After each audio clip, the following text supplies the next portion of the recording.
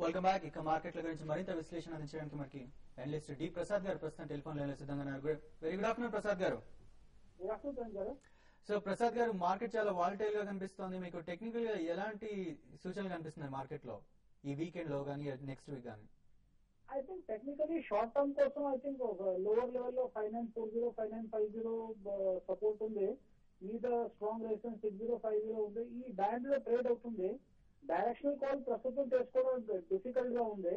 So I think ఈ band లో trade అయ్యే వరకు ఫ్రెష్ పొజిషన్స్ తీసుకోకూడదు. మార్కెట్ కొంచెం సైడ్ లైన్స్ లో ఉండాలి. బికాస్ నార్మల్లీ మనీ మేకింగ్ ఎప్పుడైనా ట్రెండెడ్ మార్కెట్ లోనే ఈజీ అవుతుంది. ట్రెండ్ లేని మార్కెట్ లో కొంచెం difficult. One thing clear, up side short term లో రూల్డ్ అవుట్. షార్ట్ టర్మ్ లో బిగ్ అప్ సైడ్ వచ్చే ఛాన్సెస్ చాలా తక్కువ ఉన్నాయి.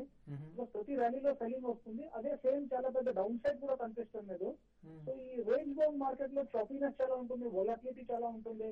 సో నా advice both investors and traders కి సైడ్ లో ఉండాలి.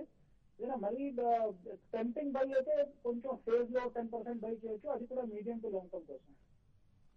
Okay, thank you very much Prasad గారు.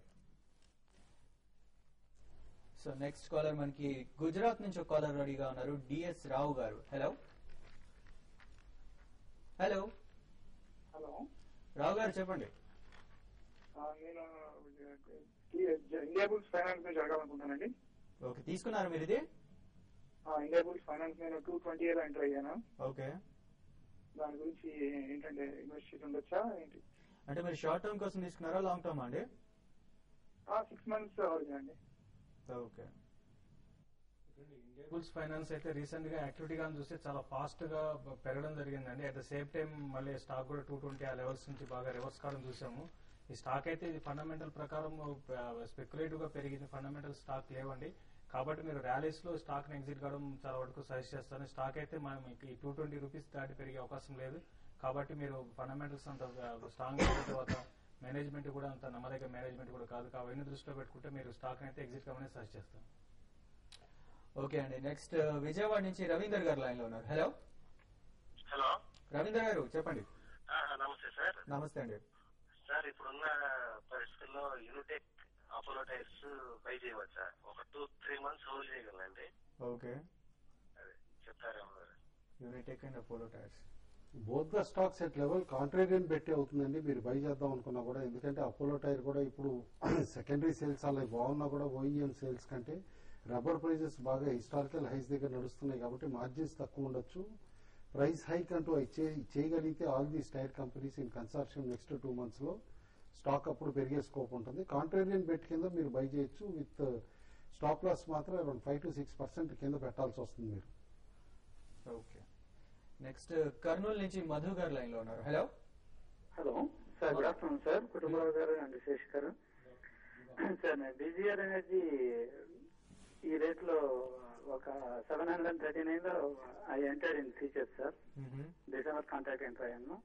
అండ్ ఐఎఫ్సి వచ్చేసి November contract I entered at 79 sir. ఈ 2 పొజిషన్స్ ఏదైనా స్టాప్ లాస్ అడ్వైజ్ చేస్తారా సార్? ఎంత వరకు ఎక్స్పెక్ట్ చేయొచ్చు సార్ ఈ సెటిల్మెంట్ లో? ఒకటండి, ఐఎఫ్సి లాంటి స్టాక్ లో స్టాప్ లాస్ కూడా కష్టం అండి. ఎందుకంటే అన్లెస్ మీరు డే టు డే ట్రాక్ చేయగలిగితే స్టాక్ ని న్యూస్ డ్రివెన్ స్టాక్ అనమాట. బేసికల్లీ రీసెంట్ ర్యాలీ కూడా బ్యాంకింగ్ లైసెన్స్ వస్తుందని చెప్పేసి ఈ స్టాక్ ర్యాలీ అవటం చూసాం. యాజ్ ఆఫ్ నౌ మాత్రం బిలో 70 కంటిన్యూస్ గా ట్రేడ్ అయితే మాత్రం stock all the way 64-66 band కూడా స్లిప్ అయ్యే పాసిబిలిటీ ఉంది. కాబట్టి మీరు ఇన్స్టెడ్ ఆఫ్ స్టాప్ లాస్ మీ పొజిషన్ దగ్గర ఉంటే కనుక ఇది హైలీ వొలటైల్ ఫేజ్ మార్కెట్ కి, కాబట్టి ప్రిఫరబ్లీ ఫ్యూచర్స్ అవాయిడ్ చేస్తే బెటర్ అండి. As of now BGR energy కూడా స్టాక్ ఈజ్ గుడ్ స్టాక్ కాదని నేను అన్ను. బట్ ఏంటంటే ఈ హైలీ వొలటైల్ ఫేజ్ లో మిడ్ క్యాప్స్ లో హ్యూజ్ కరెక్షన్స్ వచ్చే పాసిబిలిటీ ఉంటుంది. కాబట్టి అలర్ట్ గా ఉన్నాను. ఓకే, నెక్స్ట్ హైదరాబాద్ నుంచి ప్రభాకర్ రావు గారు ఉన్నారు. హలో సార్ చెప్పండి. హలో చెప్పండి. గుజరాత్ ఎన్ఆర్ఈకోకు మేము 65 లో తీసుకున్నాం సార్. అవి ఇప్పుడు బాగా మార్కెట్ పడిపోయింది కదా, వాటిని డిస్పోజ్ చేసి పరిస్థితి ఉందా? ఎట్లా మళ్ళా రికవర్ కావచ్చు అవకాశం ఉందా సార్? వాటి బదులు వేరే షేర్ ఏమైనా తీసుకోమంటారు? చిన్న షేర్. ఓకే అండి, ఓకే అండి. లైక్ సౌత్ ఇండియన్ బ్యాంక్ లాంటిది ఏదన్నా? ఇప్పుడున్న పరిస్థితుల్లో మార్కెట్లో అయితే వీక్ గానే ఉండే అవకాశం ఉంది. ఒక అట్లీస్ట్ ఒక 1 month అట్లా మీకు మార్కెట్ లో పెద్ద అప్ ట్రెండ్ ఉండకపోవచ్చు. ఏదైనా అప్ ట్రెండ్ ఉన్నా కూడా అది ఎక్కువ సస్టైన్ కాకపోవచ్చు. ఇది గుజరాత్ ఎన్ఆర్ఐ కూడా 64-65 లెవెల్స్ నుంచి క్రాస్ కాలేకపోయి మళ్ళీ అరౌండ్ 55 వచ్చిందండి.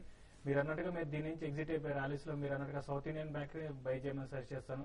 నిన్న ఈ రోజు కానీ చూస్తే ఒక మార్కెట్ పడుతున్నా కూడా మిడ్ క్యాప్ పిఎస్యూ బ్యాంక్స్ చాలా స్ట్రాంగ్ ఉన్నాయి. మనం అబ్జర్వ్ చేసాం, లో నుంచి కూడా బాగా రికవర్ అవుతున్నాయి. కాబట్టి ఏంటంటే ఎవరి డిక్లైన్ లో మీరు సౌత్ ఇండియన్ బ్యాంక్ ని బై చేసుకోండి. దీంట్లో నుంచి ఎగ్జిట్ అయిపోండి. అంటే ఇమీడియట్ గా ఎగ్జిట్ అయ్యమని చెప్పండి. ఏమాత్రం ఈ స్టాక్ ఒక 2 రూపీస్ 3 రూపీస్ పెరిగినప్పుడు ఎగ్జిట్ అయిపోయి కరెక్షన్ లో సౌత్ ఇండియన్ బ్యాంక్ ని బై చేయమని సజెస్ట్ చేస్తాను.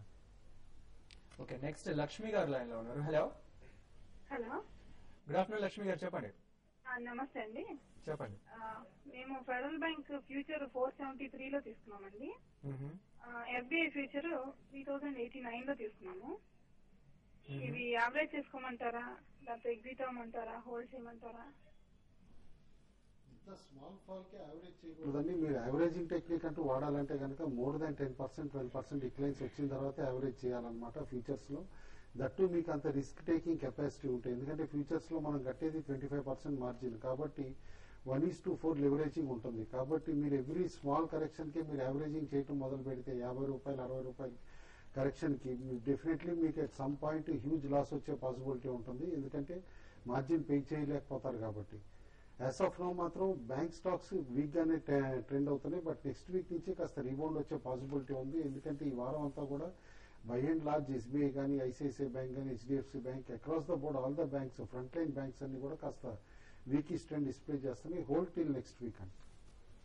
ఓకే, నెక్స్ట్ పవన్ గారు హైదరాబాద్ నుంచి ఉన్నారు. హలో హలో, నమస్తే అండి. నమస్తే అండి. సుబ్రహ్మణ్యం గారు నమస్తే అండి. నమస్కారం, చెప్పండి. ఎవరిరెడీ ఇండస్ట్రీస్ బై చేయాలనుకుంటున్నానండి. ఓకే, ప్రొజెక్ట్ లెవెల్ లో బై చేస్తే బాగుంటుంది అంటారా సజెషన్ అండి. తర్వాత మోనోగ్రాఫ్ ఇండియా అని ప్లస్ జేఎం ఫైనాన్షియల్ ని లోవర్ లెవెల్స్ లో బై చేయాలనుకుంటున్నానండి. ఎక్కడ బై చేసి ఎక్కడ ఎగ్జిట్ అవ్వాలో ఒకసారి సజెషన్ ఇస్తారా? అంటే మోనోగ్రాఫ్ 60 to 64 లెవెల్స్ లో గుడ్ బెట్ అవుతుందండి. ఎందుకంటే ప్రింటింగ్ మెషినరీలో డొమెస్టిక్ కంపెనీస్ లో ఇట్ ఈస్ నెంబర్ 1 అనమాట. And has good brand image కూడా. అండ్ రీసెంట్ రిజల్ట్స్ కూడా ఎక్సలెంట్ పెర్ఫార్మెన్స్ చూపించింది Q2 లో అనమాట. అదే పెర్ఫార్మెన్స్ Q3 రిపీట్ కావచ్చు. కాబట్టి by closer to 60 to 64 levels అండి. జేఎం ఫైనాన్షియల్ అయితే క్లియర్లీ స్పెక్యులేటివ్ బెట్ అవుతుందండి. క్లోజర్ టు 36-38 లెవెల్స్ లో కొనండి. ఎందుకంటే వన్స్ ఈ యాక్సిస్ ఎన్ఎం డీల్ ఏదైతే అయిందో ఈ లాస్ట్ 2 days లో, that will have impact on all other investment banking ఉన్న ఫైనాన్షియల్ కంపెనీస్ అనమాట. And JM is one of them. కాబట్టి ఇప్పుడు prospective candidate for take over or for tie up JM financial కూడా rumours on and off రావటం కూడా చూసాం. And ఈసారి reality కూడా కావచ్చు. And stock may touch even 46-47 అలాంటి రూమర్స్ తోటి. But by between only 36-38 levels అండి. ఓకే, అలాగే ఎవరెడీ గురించి ఎవరెడీ మాత్రం క్లియర్లీ ఓన్లీ రియాలిటీ ప్లేన్ అండి. ఎందుకంటే అలా బ్యాటరీ డివిజన్ వల్ల పెద్దగా రిటర్న్స్ ఈసారి వచ్చేటట్టు కనపట్లేదు. లెడ్ ప్రైజెస్ కూడా ఫర్మ్ గా ఉంటున్నాయి. అండ్ కంపెనీ పెర్ఫార్మెన్స్ కూడా ఎరాటిక్ అయింది. వన్స్ రీస్ట్రక్చరింగ్ అయ్యి లాస్ట్ టైం చాలా ఎక్సలెంట్ పెర్ఫార్మెన్స్ చూపించగలిగారు. ఎందుకంటే ఇటు ల్యాంప్స్ కానీ కొత్త ఇంట్రడ్యూస్ చేసి ప్రోడక్ట్స్ అన్ని కూడా మార్కెట్ షేర్ కంపెనీ బాగా ఇంప్రూవ్ చేసుకోగలిగింది. Wait for another quarter performance and then invest అండి. లాస్ట్ కాల్ హైదరాబాద్ నుంచి సురేష్ గారు లైన్ లో ఉన్నారు. హలో హలో, లైన్ కట్ అయిపోయినట్టు. నమస్తే సార్. సురేష్ గారు చెప్పండి. జయ కార్పు నా దగ్గర 650 ఉందండి. జయ కార్పు అలానే పనామా పెట్రోకెమికల్స్ ఒక 650 ఉన్నాయండి. ఓకే, ఫస్ట్ స్టాక్ ఏదన్నా ఏం కార్ప్ హోల్డ్ చేయమంటారా, ఏం చేయమంటారా? రెండో స్టాక్. Okay, Panama petro.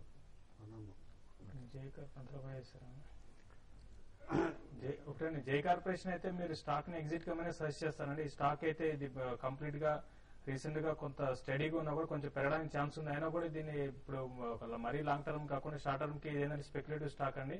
కాబట్టి ర్యాలీస్ లో స్టాక్ ని ఒకసారి ఎగ్జిట్ కాండి.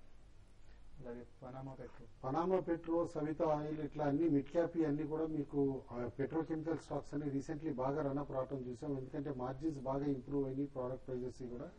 పనామా కూడా నేను అనుకోవటం ఆఫ్టర్ 200 క్రాస్ అయిన తర్వాత స్పెక్యులేటివ్ బెట్ అయింది అనమాట. It's no more and investment great అండి. ఎట్ కరెంట్ లెవెల్స్ మాత్రం ఒకసారి ప్రాఫిట్ బుకింగ్ అడ్వైజ్ చేస్తుంది.